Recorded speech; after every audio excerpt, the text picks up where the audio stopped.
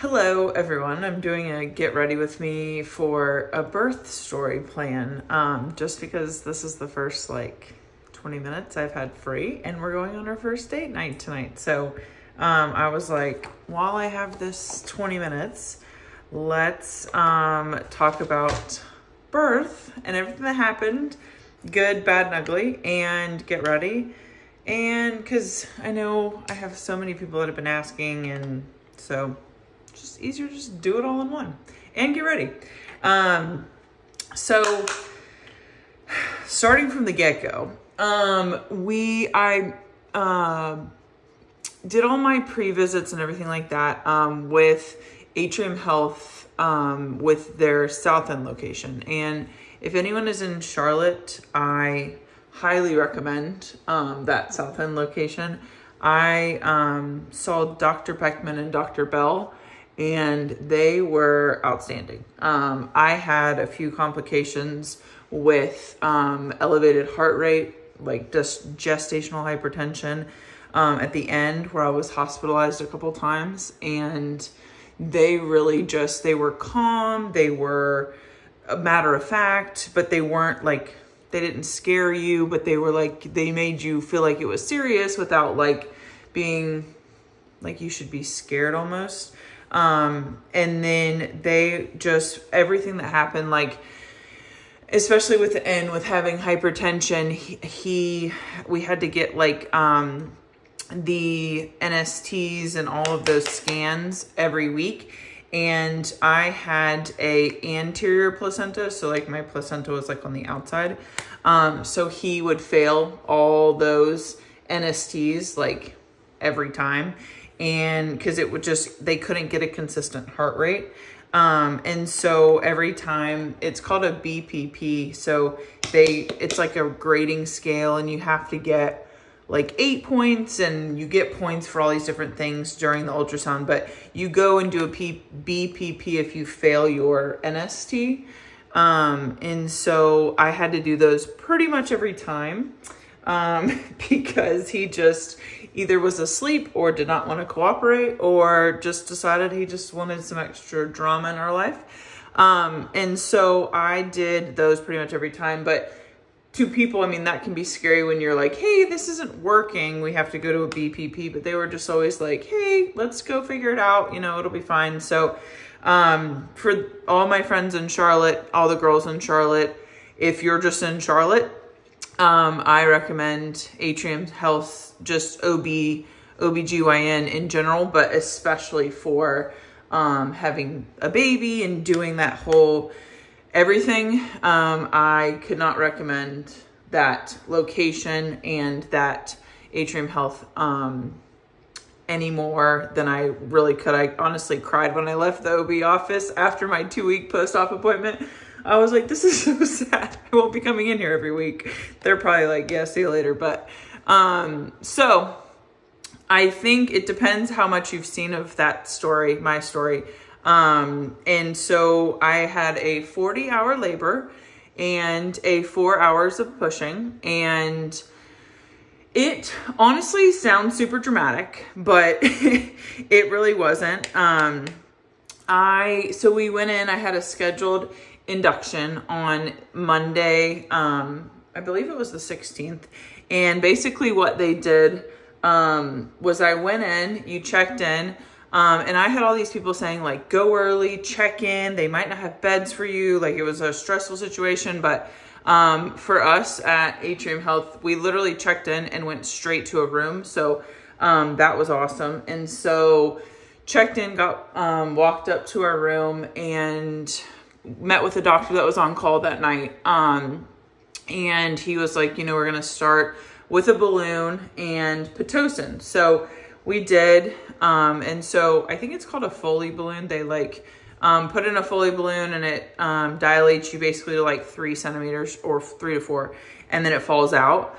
And so we started that Bradley's so good at this time thing, and I'm so bad at it. So we got to the hospital at 8:30. We were checked in a room and started the Foley balloon by 9, which I thought was super fast. And so I got the Foley balloon at 9, and it was like uncomfortable, but it wasn't like, hey, I'm about to die right now. And so you could like breathe through it, but it really wasn't a lot of like sitting down. I couldn't, I'm so tall. They were trying to get me to sit on the yoga ball, and it was like I was sitting so low to the ground because of how tall I am. So I couldn't do any of that. But as far as like a pain wise, I mean, people, you'll hear hundreds of stories. I always told Bradley, I was like, I feel like Instagram and all these different social medias really scares people because it always tells worst case scenario. And so it was tough, but it wasn't like super painful where I was like, hey, stop, we need to do an epidural, anything like that. And so that was at 9 p.m.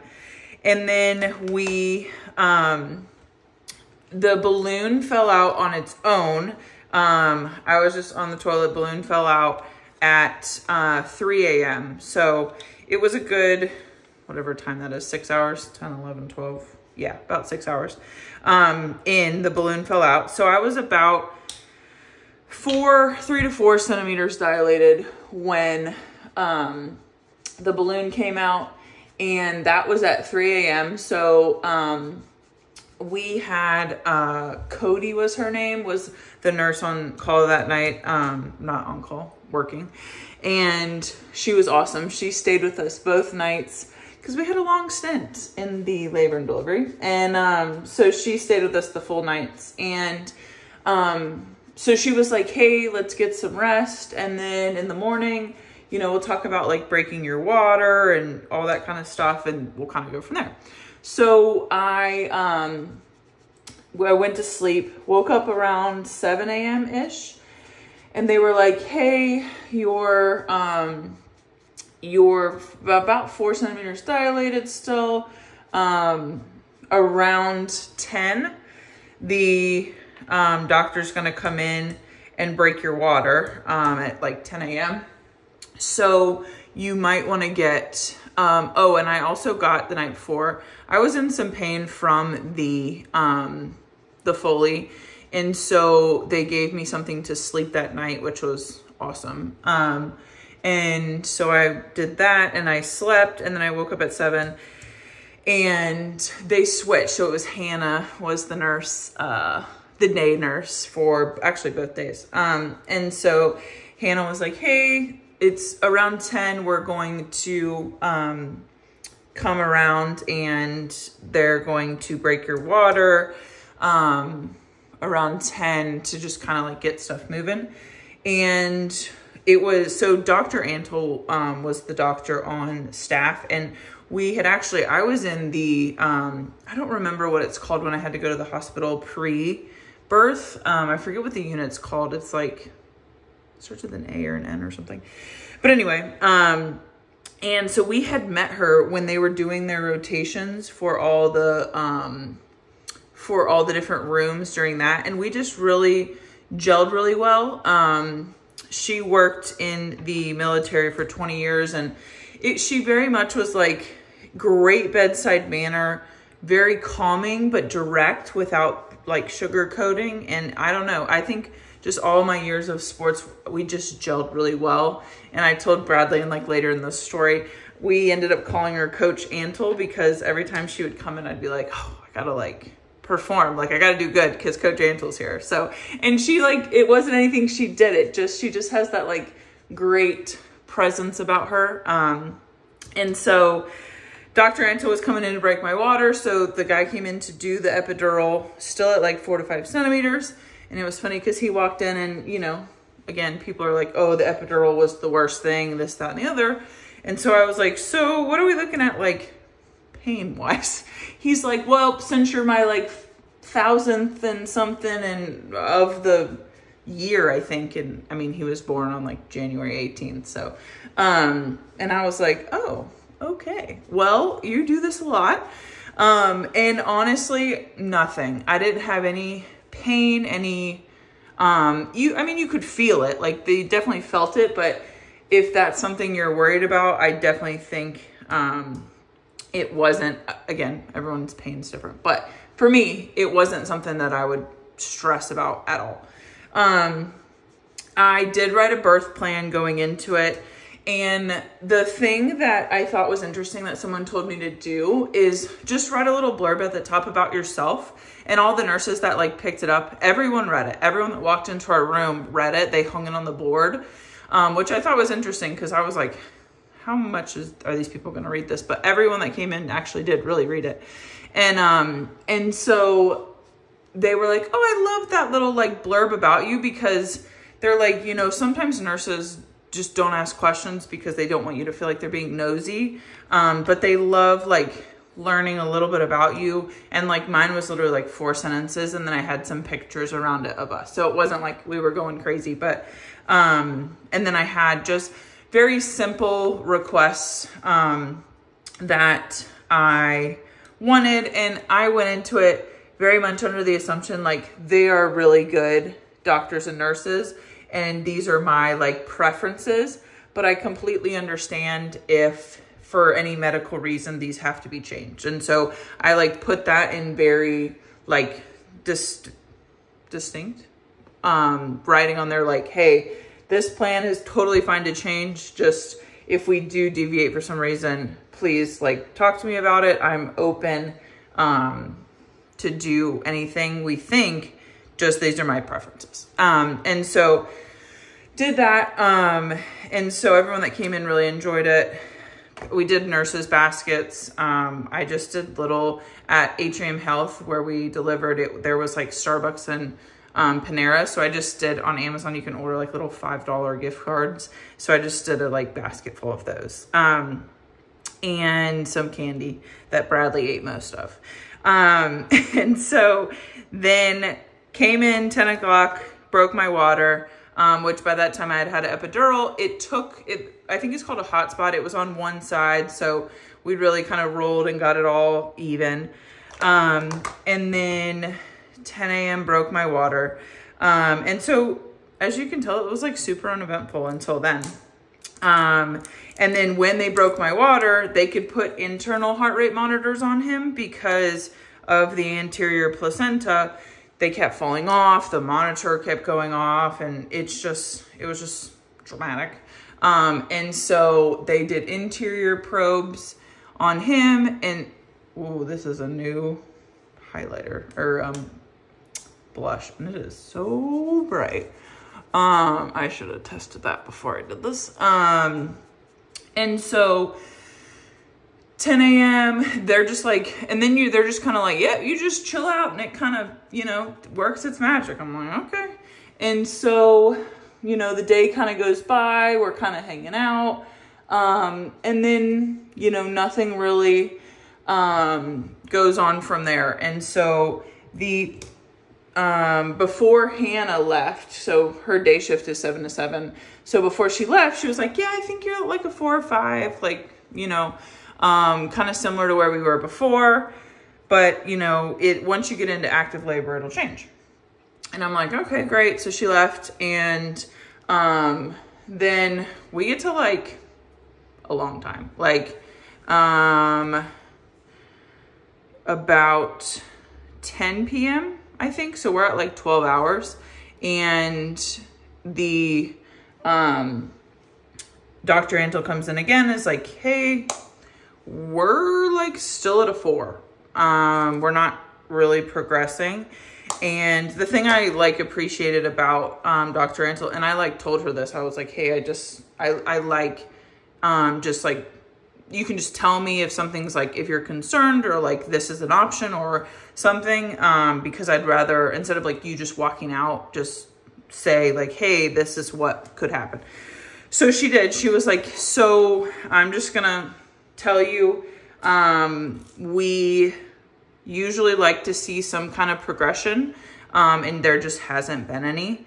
And so there was no progression in 12 hours, but she's like, look, your heart rate's good, his heart rate's good, so I'm gonna let you keep going. But she's like, you know, if we don't progress soon, there's usually reasons why there's no progression. And so we probably need to start looking at a C-section. And so obviously I was upset, you know, I feel like if any kind of like plan like that changes so quickly like that, it is like, you're not really upset about what's going to happen. You're upset about like, hey, this wasn't what I had planned to happen. And so she walked out, and the night nurse, Cody, had came back again. Way too much highlighter on my nose. This is hard to do, like makeup and talking. I don't know how people do this. And so Cody came in again, and I was like crying. And Bradley, you know, your significant other will have no idea what to do, because there's just nothing you can really say at that point to kind of like comfort, because there's nothing that they can do to change it.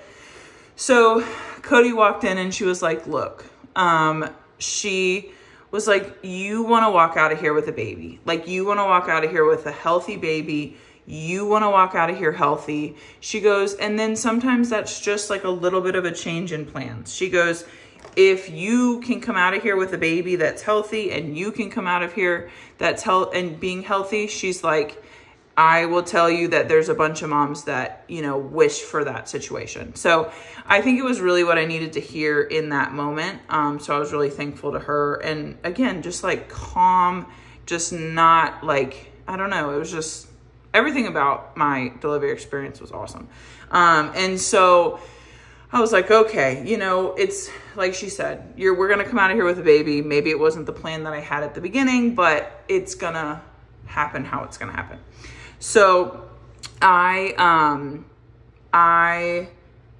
Cody's like, okay, but you know what? We're going to try. Like, we're going to try to do everything we can in these next few hours to be able to have him vaginally. So I was like, okay. So she's like, first, let's start with, I think it was called Flying Cowgirl. I don't know what it was, but I was laying on my stomach, and I had my outside leg up in the stirrup, and I had an epidural. So it literally took like 5 nurses to come in and kind of flip and flip and flip.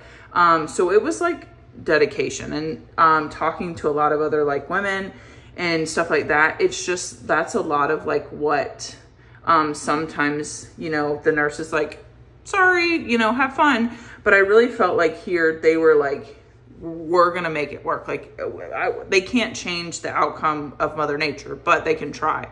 And so that's what I really felt like, because she flipped me from this side laying on my stomach to that side laying on my stomach every 30 minutes from 12 a.m. until 5 a.m. the next day. So Dr. Ansel had kind of said, hey, if we're not like progressed by 6 a.m., I think that's when we probably need to make the call. And so I was like, okay, you know, there's some reason. And that's what she was saying. She was like, if women don't progress, there's a reason. Like, there's something going on in there that we just can't see. And you want to, again, you don't want to like push and hemorrhage or something like that. So Cody flipping every time, calling all the labor and delivery nurses in, which I was thankful for all of them, because you're pretty much lifeless with the epidural. And so they're flipping me. So then about it was 5:35, because I remember, comes around, and he had those internal heart rate probes. So the midwife comes in, and she's like, oh, I got to reconnect the probes because the stupid monitor was going off again. And I was like, oh, okay. And then she was like, I don't know if they've been in here recently or not, but you're at probably about like a 4 or 5 centimeters dilated. And at that point, I was like inconsolable, because I mean, we're making the call at 6 and it's 5:35 a.m. And so again, she walked out, Cody walked out, and kind of went and got scrubs for Bradley. And cause she was having to get like the doctor's size scrubs, cause he's so large. And, she came, and so she left. And then, so she was like, look, we're going to flip you for every 15 minutes until 6 o'clock. And, you know, we're going to try everything we can. So, she left to go get scrubs after they flipped me. And she, and so about probably 20 minutes later, I pressed the call button because I was kind of like shaking and I just didn't feel very good. I kind of felt like I had to poop. And I was like, hey, so not TMI, but like, if I like go to the bathroom in this bed, how does that gonna work? And the nurse is like, hold on, let me call your nurse. And hold on, let me finish this lip liner. And so, I don't know how awkward this looks on camera, but it's very awkward doing this like this. Okay. And so she was like, do you have to go to the bathroom? And I'm like, yeah, I have to like poop. And I don't feel very good. I think I'm sweating. And she was like, really? Do you feel sick? And I'm like, yeah, kinda. But like I had kind of been shaky before and like sick, so it wasn't like anything out of the ordinary. And they kept telling me I was at a 5. So I was like, I'm not like crying wolf again. Like I think I'm dilated. So she checks me. Granted, midwife came in at 5:35. She checks me at 5:52 and I am 10 centimeters dilated. Like, don't know how that happens, but I was just in total shock. And she was like, we're at 10. She's like, flip over. So Bradley grabs me. And at that point we had been in labor and delivery for almost 2 days. And so right as she is calling the other nurses, she yells out into the hallway. She's like, we're at 10. And you can hear the whole labor and delivery unit just start yelling and clapping. And it just makes you feel good because you've been in there for like so long and you're just like, it gets a little demoralizing. And so you're like, all right, we're going to do it. Like we are going to do it. So, we started pushing at, so 5:52, I think is when I was 10 centimeters from 4 or 5 at 5:35 a.m. So start pushing and we're like, it's like going, but it's kind of, I push like regular, I push with like legs in, kind of like a few different positions that you can do with an epidural. And he's kind of sort of moving, but not really. And I remember asking the nurse, I was like, Hannah, I think it was Cody actually. No, it was Hannah. I was like, hey Hannah, how long do people like push for? And she's like, about like 2 hours. And then people usually get tired and there's not much like you can do once you start getting tired. And I'm like, oh, okay. I'm like, how long have we been pushing for? She's like, a little over 2 hours. I was like, oh, okay. And then in my head, I'm like, oh, can you only push for 2 hours? Like, is there going to be something happening? So she's like, no, but as long as you're making progress and you're not like getting tired out on us and you can still push, like you can keep going as long as both heart rates are fine. So I was like, oh, okay, that's great. So then I believe her name was Asia. She is one of the nurses that walked in about that time. And I was still like a -2, not a face, like he just wasn't moving. And she was like, hey, have you guys tried tug of war? And the other Hannah and Cody were like, no, not yet, but like we haven't really done much in we've just been trying, whatever. So I'm thankful because sometimes nurses don't want to step on other nurses' toes, so they're just kind of like, oh, okay, and like leave. And Asia, and I hope I'm saying her name right, she just started, she tied up the sheet and she's like, here, and hands it to me, like, just because she's, I don't know, I was thankful she just like made an initiative and it was like, let's try it. And if it doesn't work, we won't do it. So we did, and he just started moving. And basically they tie the sheet, you hold it between your legs and you just pull, and you pull with the person that is on the other side. And the first time I pulled it, I like pulled Asia onto Hannah because I was like pulling so hard.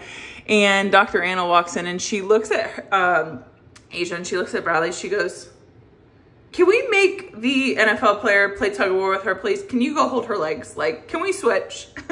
So it was really awesome because you're literally just like locked in on that person as you're like playing tug of war. So we got like, it was really intimate moment, and like, and he's right there. So like he can see everything. And it was just like, I don't know. It was just something you can't really explain. And he's like crying, and it was like pretty much perfect. And I don't know how you can say 40 hours labor and 4 hours pushing is perfect, but it was. And so he started moving, and they were like, all right, here we go. So he starts moving. We start, you know, going.